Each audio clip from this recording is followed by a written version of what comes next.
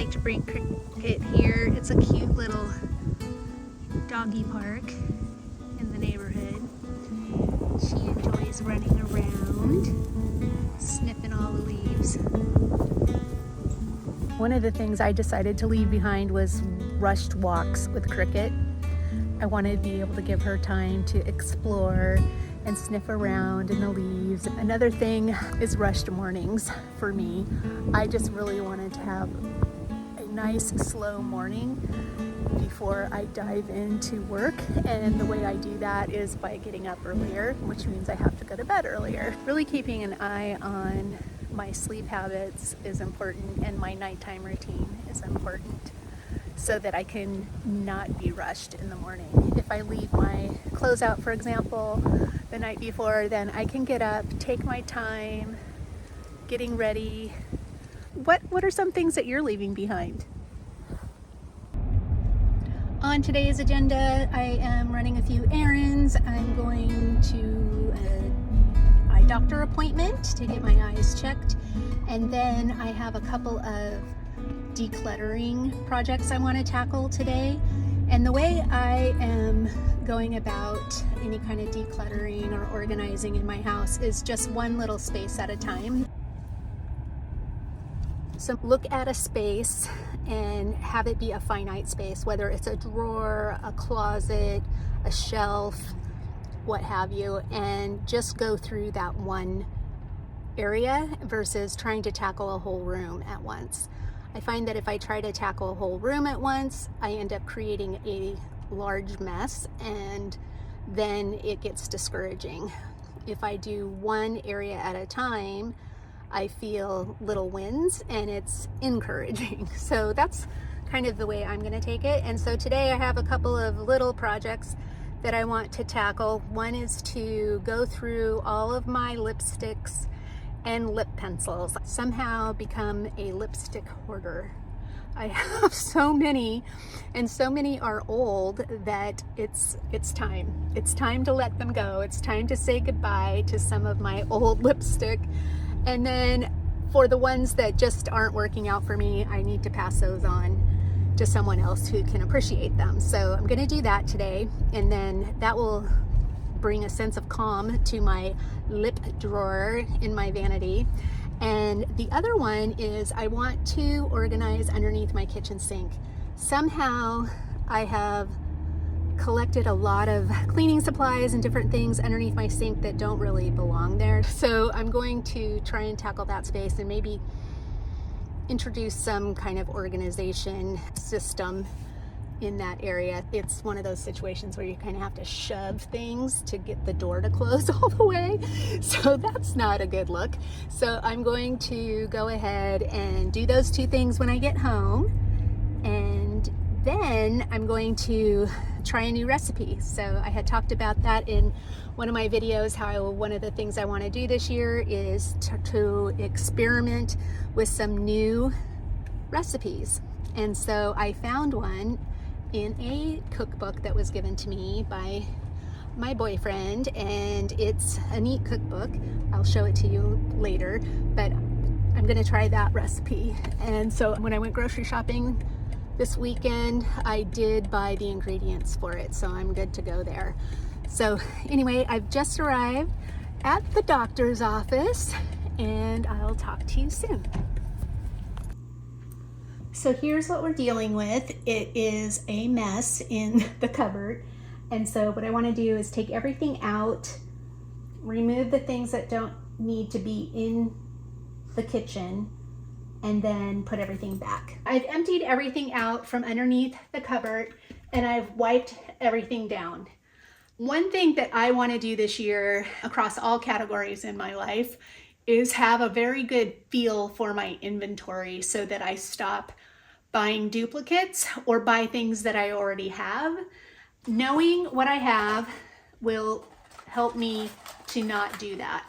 Another thing that I really want to make sure is that I'm not taking up any space in my house with things that I don't use. So for example, I had this stored underneath my cupboard here, and I'm no longer using the dishwasher pods. And the reason being is that my dishwasher wasn't working very well. It wasn't cleaning the dishes properly.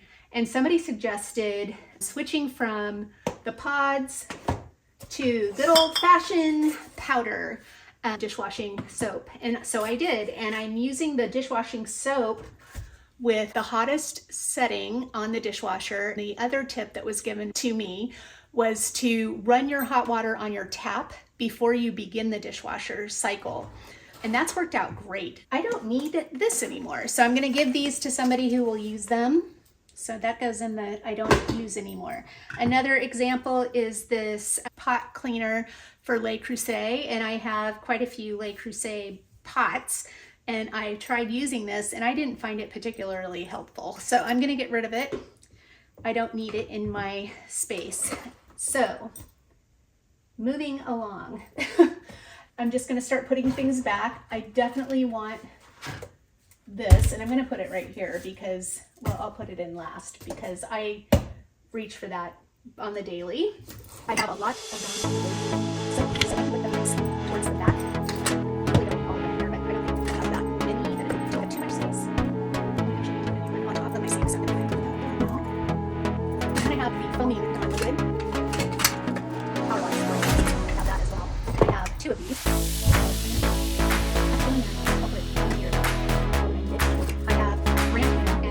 Going through, I found a refill for my granite cleaner, so I can fill this bottle up, which is nice and deep. I'll do that. This is just a cleaner. This is like a floor cleaner. And that's what I have. Also, these, I love these. But that's something that I use with other cleaners. Hand sanitizer. I have lots of hand soaps. Those to the side. This is another extra.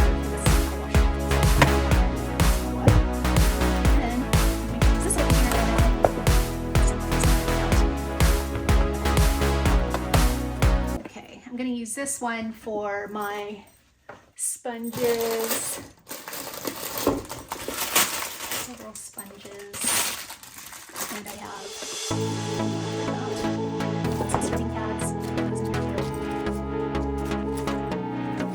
I have some extra vacuum strippers. Those in here. Let's see if we can get rid of it. Excuse me.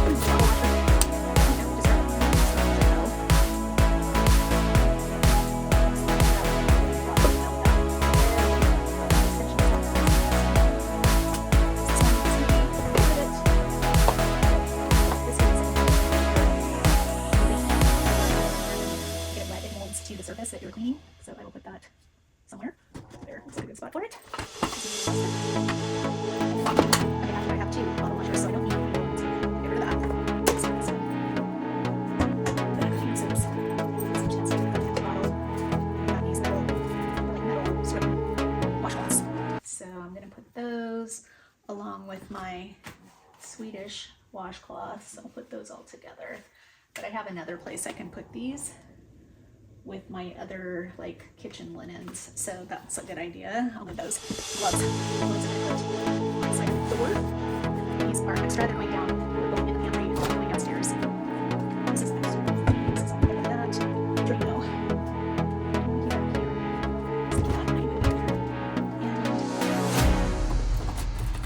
use a seed sorry. I'm wondering what this is. So,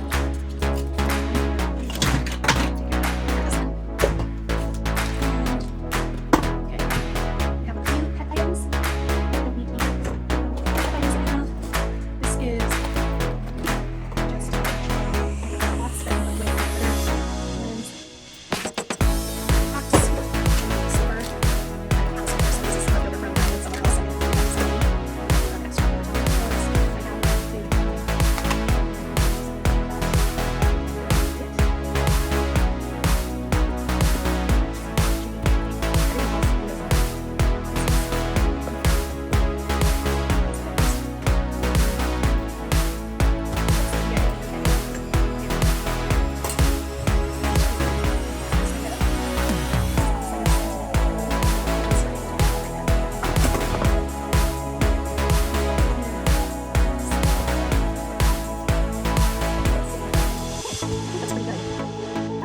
we started, I'm going to move all these things out of the way.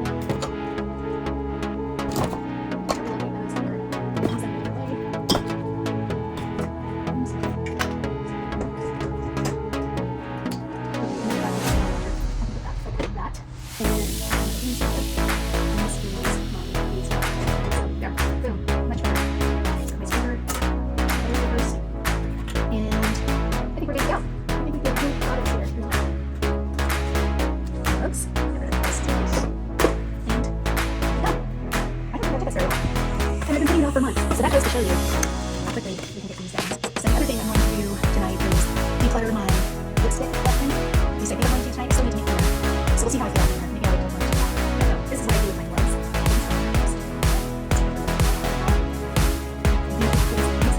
Especially out there. Naturally, I notice that my nails are very hot water. I just need to and there we go. Let's see if it closes. If it closes, I'm going to be excited. Okay, it's not closing right there. Let's see if I can get it to close without force. This needs to go back a little bit. There. Ta-da! So we went from a complete disaster to functional. So I would consider this a win. So earlier today I was talking about how I wanted to try a new recipe tonight, and that's one of my aspirations for 2026 is to bust out my actual cookbooks and find recipes that I want to try. And so I found one. This is kind of a neat cookbook. I believe this guy has a YouTube channel. This book was given to me by my boyfriend, and it's really interesting. It's about old recipes that date back thousands of years. This is a sag recipe, and I love, and I don't even know if I'm saying it correctly, but I love sag. This is a 16th century recipe for sag, as it might have been eaten by Babur himself. So interesting. I love spinach. So I'm excited to try this. It called for certain ingredients and I picked those up. I had spinach, so I've just got my organic spinach here. I've got a head of fennel, and I've got a little onion that I'm gonna chop up. And then it sounds like you just mince everything together, cook it in some ghee or butter, and then you add the spices, which are cardamom and cloves, which I have on hand. So I'm gonna get to work and make it, and I'll let you know how it turns out. Okay, so here it is all in the pan now. And I'm just gonna cook this down until it's completely wilted. Everything's nice and soft. I need to add in the pepper, the cardamom, and the cloves. Okay, I almost forgot to add the ginger, which is minced ginger, like a knob of that in there. And then also I'm supposed to add salt. So here's the dishes after they're finished. So on the right side is the sag recipe with the spinach, ginger, fennel, and onion. And then on the left-hand side is just hamburger, turmeric rice. I also threw in some frozen peas, and I toasted up some pine nuts and threw those in as well, salt and pepper, and some chili crisp. So this is dinner tonight. It should be very flavorful, and I'll see you soon. Hello. I'm glad you're here. I have been noticing something that maybe you're seeing also out in the world, and that is that by mid-January, everyone seems exhausted already and tired in January. And I think maybe it has to do with all that pressure to reinvent ourselves, new year, new you type of energy with new goals and new rules and all of these things. And by the second or third week, people are just quietly exhausted. And not because they're lacking discipline, but because the expectations they put on themselves were never realistic. And I was one of those people. I would, have 50 goals and new routines set on January 1st and, go, go, go, go, go. And then something would happen in life that would disrupt that energy. And then I would just be off the rails. So I think the problem isn't motivation necessarily, but it's that intensity of how we approach the new year. Instead of pushing harder this year, I think I'm just going to be doing something different. And I talked a little bit about this in my health and wellness video last time.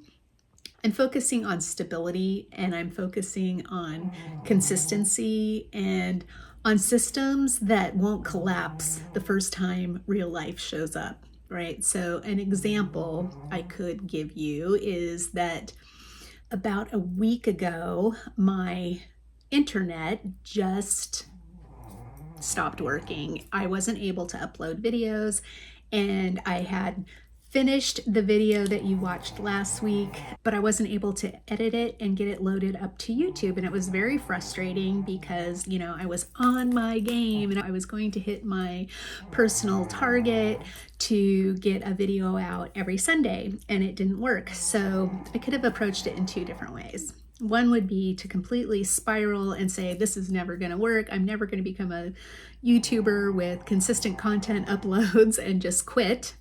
Or I could just take it in stride, knowing, things happen. And I think that's one of the neat things that happens as you get older. You're just wiser to know that life happens. And the more you've been through, the more you realize you can handle and survive. So what I ended up doing was some investigation. I had fiber installed at my house, which is going to make everything a lot better, and just reset my target to release the video the following Sunday. So that's what happened. It wasn't dramatic. It wasn't a total overhaul to my plan. And it was just kind of a way to cope with something that could have been really jarring to me personally and my internal nervous system. But instead, I just went with the flow. That's my kind of approach. I like to go with the flow, try not to get too riled up about anything that presents itself as a blocker, and instead think about how can I creatively work around whatever obstacles are in my way and see it as a challenge and move on from there. Take it in stride. So today, later on this week, I plan to do a small makeup declutter together. And beauty is something that I love, and I want to feel supportive, not overwhelmed by all of the products that I have. And if you're watching and it's January and you're feeling behind on your goals, or maybe you're feeling tired or exhausted, just know that maybe it's not you.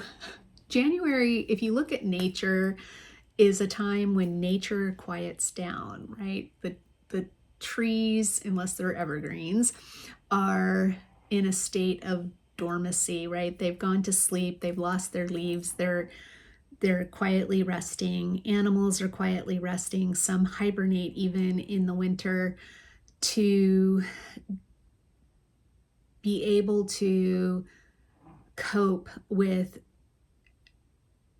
just the cycles of the year. So don't feel like you're behind. Just know that it's natural to want to rest more in January, and it's okay to do that. Let's just take it slow and keep making progress. So slow and steady, persistence and consistency gets us to where we want to go, in my opinion. So what are your thoughts on that? Do you like to attack the new year at the beginning of the year with, a lot of verve and energy? And are you able to sustain that?